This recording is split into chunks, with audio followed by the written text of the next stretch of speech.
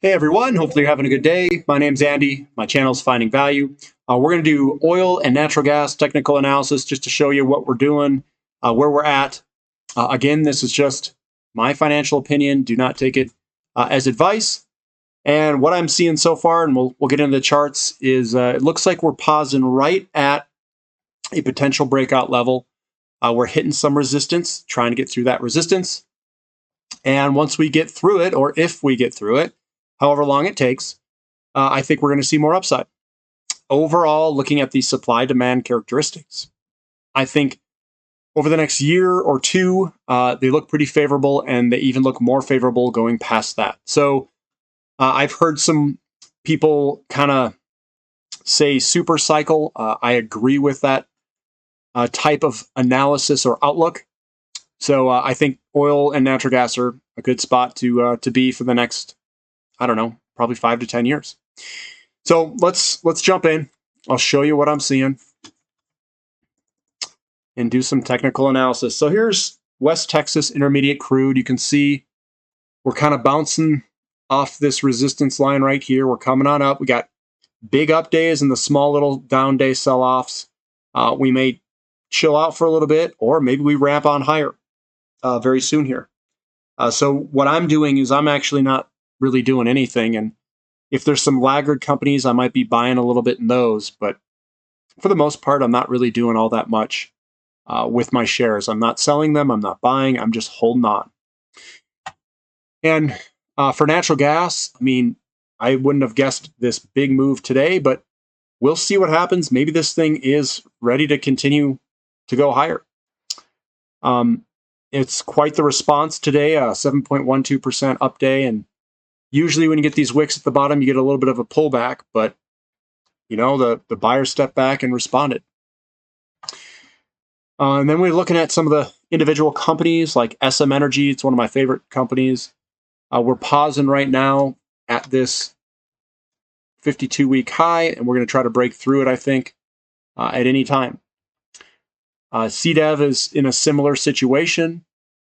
We're just pausing right now, and the run-up looks really good in terms of the buyers and sellers. The big buying pressure, small selling pressure, so I think it looks great to go higher.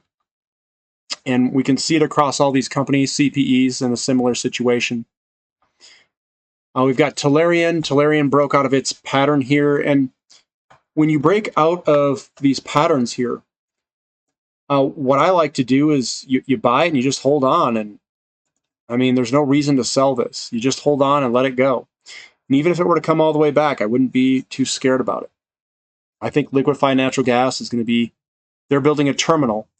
And I think that's going to be highly valuable in the future. And they've got a great management team to do it. Grand Tierra Energy, again, we got the downtrend line. We broke that, and we're just chilling out up here. I would say that this is a perfect entry point just to hold on. Because usually when you break the downtrend line, it comes up, it pauses or back tests, and then it takes off relatively soon. Contango, looking at where this guy kind of comes through, I went off this pattern. So in here, we broke through it, and then we're kind of back testing, retesting. The pattern where you've got the big buying pressure and the small down days, that's, I think, going to continue higher. Looks good. Reconnaissance Energy Africa, it is coming right to this tip. You can't go to the tip anymore. I'd like to see what this thing does tomorrow. I'm hoping higher, I hope. I mean, I did buy some in here, so we'll see what happens. Comstock Resources, still surprised that this thing's continuing to go higher. I'd like to see it pull back a little bit, but you know what? It's got the momentum, that's for sure. So does Sandridge. Sandridge has just been going higher and higher. It's like this relentless move higher. And I do own some, and I'm just going to hold on.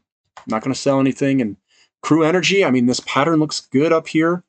You can kind of, we broke through, we kind of came back a little bit in these two small down days, and then we got another bullish engulfing to move higher. Athabasca Oil Corp is putting in a bullish engulfing pattern. We've got a bearish engulfing, bullish engulfing. It's fighting itself, you know, the sellers and buyers here.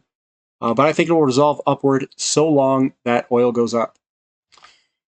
Northern Oil and Gas is just pausing right here at this 52-week high. We'll see what happens tomorrow. I see oil's up in the aftermarket, and I'm doing this video a little later, but I think higher is probably my guess tomorrow. It's what it looks. It's what it's looking like it's going to be. Crescent Point's in the same situation. We're just pausing at this area. It also goes way back, so that one looks good if we can break through it. Switching gears to solar. I know I haven't covered solar recently, but we're still in this holding pattern. We're waiting to move on higher. And again, I am not as well versed in solar. The chart looks decent, but higher interest rates, I don't know how that impacts solar, if solar's looked at as a technology company or if solar's looked at as an energy company. And that's kind of why I sold out of some of my solar stuff, because I just don't know how it's viewed. And I could be wrong. These could rocket higher. They could. But, I mean, the charts don't look too bad. Here's Beam. That one still looks okay. It hasn't broken out of its... I mean, it's getting ready to break to the downside, so be careful. Canadian Solar looks okay. Doesn't look too bad. And SunPower, of all of them, looks the best with this big up day and the small little down days here. This could move on up. And then we've got SOL, Renesola, and it's just kind of relaxing down here.